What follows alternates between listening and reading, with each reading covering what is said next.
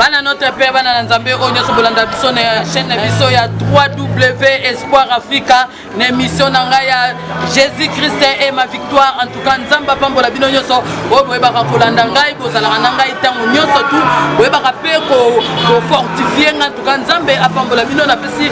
Merci na mama Ana Baba o apesa ngai espace ya kosala be mission oyo esika zali na Australie na bana na papa nzamba pambola lelo to ya kilisusu pona 30 jours oyo et pas ya papa na biso epela l'idée mayolo. En tout cas yende évêque oyo aloba bien makambo c'est le cas bien lelo nde to suka makambo nyonso okotala kitala ki lelo nde eza suka ndenga sokola batu makolo sala makambo ebele malgré mokile lobi. Bonjour epela. Bonjour maman Tété le Koudépi. Boni musala tata nzambe na moni communauté. Ouais, musala nzambe ça va tout le monde presque de souka la dernière journée spécial 30 juin 2019. Donc je le mot historique pour le clôturer notre grande activité au Tomanaki le 1er juin et le 30 juin de notre sommet.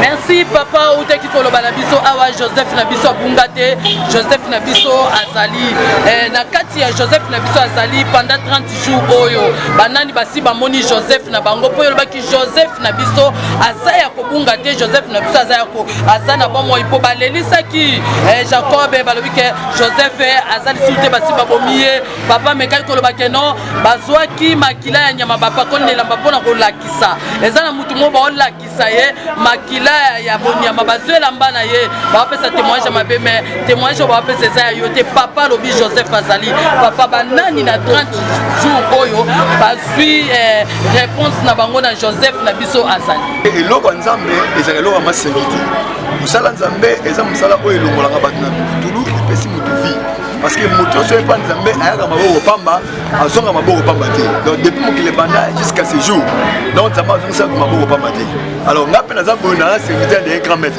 nakolinga te nasala mamona baventure naorganiser activité mo boye mpona niokola mpe méditieux donc baactivité organisée eza uniquement mpona kochanger baidentité kochanger façon ya vie ya bato. Donc chacun de nous, nous sommes participés à une activité dès le premier jour. Nous avons déjà à répondre. Alors tout le monde a besoin de savoir que Daniel a fait prier, Daniel a fait demander, Daniel a fait supplier Dieu. Et il a dit dès le premier jour, oh Daniel 5 ans qui nous a mis, mais le diable était là seulement pour retenir le bonheur de Daniel pendant 21 jours. Et jusqu'à ce que nous avons dans Gabriel, pendant que nous avons intervenu avec Daniel, oh, en Satan au Canada, depuis 21. Alors dès le premier jour, nous avons activité le 1er juin. Zambé ça répondre jusqu'à ce jour, à se répondre. Parce que ça m'a besoin salement, même après ma prière, même après ma prédication, même après ma kamoussa dans salle, Zambé ça m'a belé, à son pas moula, batu nyonso bayaki na 30 jours, na batu bayoka na bandaku ba baninga report église té. Il y a ce qui nous appelle quand même ngoro nanga. Il faut amon en Zambie et prévenir, il y a des témoignages aussi à chaque jour. Makamota Mato Sala, on va passer la côté de service spirituel, lavage des pieds, la côté de service spirituel, il y a bougie, la côté de lavage spirituel, il y a maille, la côté de lavage service spirituel, il y a un comparable à ma foute, oui d'option pour l'avoir activé, il s'est caché, il y a Nzambé, 4 navires à Batou. C'est ce que j'ai fait. Zamba c'est mon bébé, Zamba Pamoli, à Kamoli, il est toujours clôturé, vous allez voir encore ce que Dieu va faire. Merci beaucoup mona oyo nzamba ko sala na mokolo lelo papa na biso alobi yango boyoki yango eza basana nzambe musu bazo négliger ba service bana banda ba kota na église balela ka pasi au cas où ba masque de vieillesse mais eza banganga nzambe musu ndeti ba veke l'idée epela oyo basali na biso bazo sala penza makambo ezo monana to benga ba réserve nzambe lobi pe lisusu bango pe ba rotia drapeau ya bonzambe ekemoni sama na miso bato eza likambo ya époque na époque en tout cas nzambe papa apambola yo mais makolo oyo sukola ki bato ni mai nango obuaka ki yo pesa ki bango ndam bake no tshela mbana na bona biloko ya ubi ba sukola ngo suna banzoto monte pela obi na seki parce que mukilo mama tete et là mukili ya bato malam bato ba bebisi mukili zaka mais marqué cela ba ko kala monte alors on a dit salité spirituelle parce que spirituellement il y a tant de personnes batambolaka na ba botina moni ya kindoki donc ba latte botina kindoki akokota esika vieza akokota esika bonenga zate akokota esika réciter zalité donc faut rien tout ça va pessimisme à découvrir à détecter ça va esika laver les peines de tes fidèles c'est ce que j'avais fait j'ai lavé les peines de mes fidèles et ça m'a sali. D'abord qui m'a terrassé, donc il m'a voilà. Donc nous sommes prêts chacun, c'est que Christ a dit, parce que Jésus m'a révélé, Jésus m'a parlé. Et ça va nous souvent servir de non, alors quand ça m'était. Alors Nenga Boye, j'avais fait ça selon l'explication du Saint-Esprit qui a dit que laver les pères était fidèle. Pourquoi? Parce qu'un côté dans la dimension élevée. Parce que ça c'est ce que nous allons faire. Pourquoi? Parce qu'un côté de la vie, nous devons ensemble là. Ça a été ma cool. On a été là-bas, on a été voyage, on a été en Europe, Océanie, Asie. On est en comment Amérique. Voilà comment les gens prient, mais leur vie ne change pas. Pourquoi? Parce que leur pasteur ne voit pas les choses que les gens sont en train de faire. Les terres parce qu'ils sont bloqués. Il faut tout mettre on a une dimension spirituelle. Pourquoi ça m'a pas à Cameroun. J'avais lavé les mains de mes fidèles. On a même une dimension sika. Ils ont pour l'embêter ça pour mais pour l'embêter ça. Nzambe papa apambola yo namoni susu prophète Jepte Futi Nzamba pambola yo prophète Israël Monzobe na lingaka mingi Nzamba pambola yo papa ba bougie oyo simbisa ki bana na église ngana nazalaki na kati ba bougie wana to komiso basango obino makamba basango bolingi yango te o basango baza banduki o basango baza boy o ba invokaka na ba bougie wana mais lelo na ko kutango na kati banganga Nzambe bazo simbisa bana ba bougie pour na prière papa bougie oyo simbisa qui bango pour la prière vous avez quoi invoquer ou bien vous avez quoi ça na nini yango des lumière na bana na Nzambe babi lumière de Nzambe vous tapez ça comme ils sont na bougie. Jésus avait dit que la lumière soit et la lumière fit. Donc il y a des choses que nous allons pratiquer. Des choses que nous allons pratiquer. Parce que yo me la main était tino. Est-ce que me la main yo me la main tout ça là tout là na ba doctrine ngala. Tout là na ba bio enseignement ba ko ça binonata. Les hommes tout là inspiré. Ça m'a fait ça là. J'avais fait ce que le Seigneur m'avait dit. Là mais ma lumière la peuple de Dieu. Là ma lumière la peuple de Dieu. C'est raison pour laquelle j'avais fait ça. Je suis à la bougie. Donc soma bougie la boutique na. Soma almet na yo. Les attaques on appelle ça yo. Pourtant au monde na salami oh passer na biloko. Non non. Na yebisa ki bango ba mutation bougie na ye.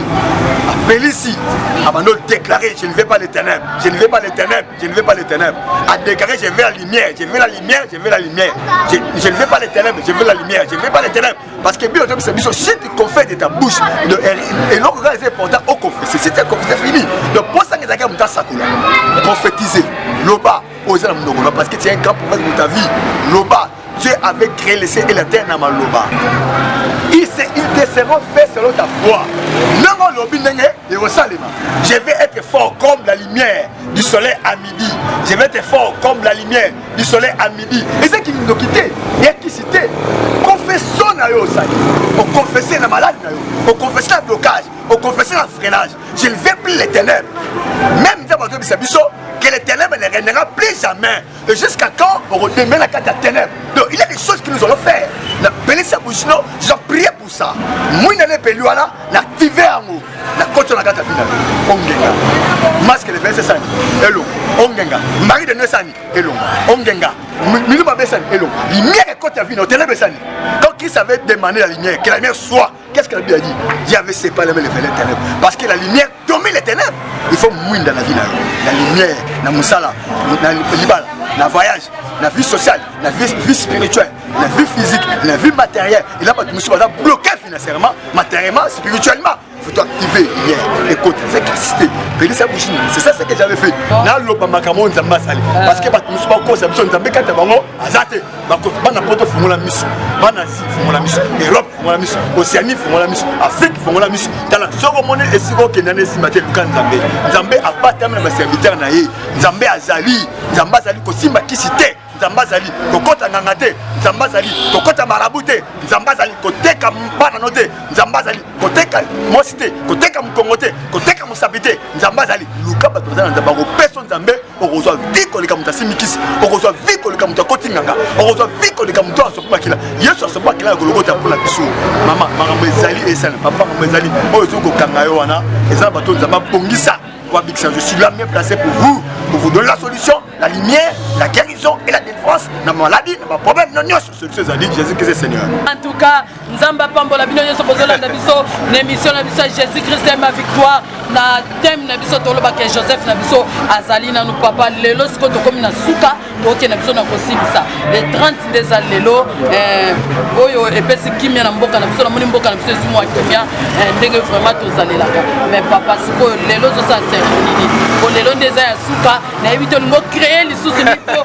Yo ba bengyo epela pelisa ne kaka opelisa no kasiko lelo zo pelisa ndeti mama pour faire na kanda moi na zana barabara tala yoso ka solide équipe yoso pola le bar était zo pola na ba Uganda zo pola na ba Egypte na okamwa espoir eza te koma mboka ngoni na moko lelo za le 30 juin na ganga na ngati ça maman et mon ami c'est spécial 30 juin lelo na clôturer activité par rapport à ce que le Sénégal m'avait parlé yango lelo na clôturer 30 donc lelo neza boye na ba service maman na créé non la création spirituellement de la Baosala lelo nazo prier pour la patrie après ça force à indépendance spirituelle ne faut pas peuple comme indépendance spirituellement. Donc tu ne mérites pas de dépendre aux sorciers, tu ne mérites pas de dépendre de la famille, tu ne mérites pas de défendre Benamel Banganga. Le appelle ça activation, on appelle ça vie et liberté totale. Lelo Nzambe Aosala parce que Dieu est invisible mais c'est manifeste à ses serviteurs. Lelo uniquement on appelle ça liberté. Le coup la mboka la biso le mboka historique to fêter lelo anniversaire mboka juste indépendance et on Nzambe apambola famille na biso papa na biso Lumumba je vous aime beaucoup Nzambe apambola bino papa Lumumba esiko kenda ke non te non réponse à paix Nzambe mona ngana obenga wani Félix wani tike dueto les la conja no gwe o papa to gante tike dueto ça va passer bana tike dueto to voter yo to ponu to peso valeur tike dueto ça la ministère il y a religion changata nani ata ministre religion changata ministre religion na sengi pourquoi parce que mon eza boy ma fait ça mboka na biso ba namba so c'est distrait bloc na comment ça la babenga ngakisi bloc na ça la benga marabu bloc na ça la benga avanté parce que zo démontrer nzambe na ba bloc nzamba la sana na ça yango le na spécial 30 juin alors peuple congolais aux occasions au monde nga lelo yo mona poto aux occasions mona nga lelo nzambe azali spécial 30 juin nga lelo je dois prier pour tout le monde lelo na kubaka le batu mai lelo na kubaka le batu mai kasumuka lelo ba blo na sala maman nzambe na pas mola lelo parce que l'eau est la vie là où il a la vie il a le bonheur donc mutema na kubaka le mai ba lelo na pesa vie lelo na pesa votre indépendance spirituelle lelo et quand c'est une journée historique lelo le 30 juin spécial parce que Joseph vit encore on le lit là ça fait longtemps on le lit voyage on le lit musala on le lit makambe pelé lelo tout fond la porte Nzambe apambola bino Nzamba sunga bino yom toki ngai na yebi que naza mieux placé pour on peut se solution na bino merci au PC numéro de téléphone no pe obondeli na bana notre père nyonso o basi kolanda biso plus 243 89 58 89 996 plus 243 89 58 89 996. Alors, Nazawana, votre prophète international, leader Mala Motepela, Diataba, Songandil, Foum Naba, Tsengoudi Bende, celui qui ne récrit pas dans les combats, qui fait ce qu'il dit, qui dit ce qu'il fait. Moto na moto, l'homme de la vérité, Ngouya Ngouya. Alors, quand est-ce que ça parle de la bina, na prier beaucoup plus c'est pour la difficulté, yom tona ba problème, muto là, ça m'a pas molayo, ça m'a fait sa vie, ça m'a changé ton identité, ça m'a élevé à jamais. Na posa ngeza kenzamba lo molayo, na passe à cause pinzo nayo, a peu son bonheur parce que tu as besoin de ça. Ça m'a pas molon Zambe, na musana na pamboli bande ko so bala na pamboli bande ko so bazo kanga, na pamba de ko so bala là, na pamba bande ko so ba difficulté pour que Joseph na bango va recevoir la vie nouvelle. Christ est la dominateur commun na vie na bango na comme le Messia amen amen Nzambe apambola bino nyonso o bosile kolanda biso bisukane surtout bozali bokutana biso na balabala en tout cas Nzambe apambola bino na mpesi susumbote na ngai ne veke shiro kinwane Nzambe apambola yo papa na biso Léandre de grâce Nzambe en tout cas apambola yo pasteur Willy Masamuna en tout cas Nzambe apambola na moni sous prophète David na lingi bino nyonso to mingi bana na Nzambe na lingi pe basana Nzambe mingi o balanda kangane mission na Jésus Christ est ma victoire bana notre père na pesi mama ana baba mbote ya ebele bana notre père bana na Nzambe o bolinga kanga soki Yesu azongi te bokoti kaka na kati numéro de téléphone nanga plus 243 89 32 18 606 na WhatsApp yangwana na Facebook obeti servante tete lukubika okokuta nanga na zawana Nzamba tukapambola bino soki Yesu azongi te lobi tokokuta na isusu ngulu akoti na mosquée nani akobimisa ye kraka kaka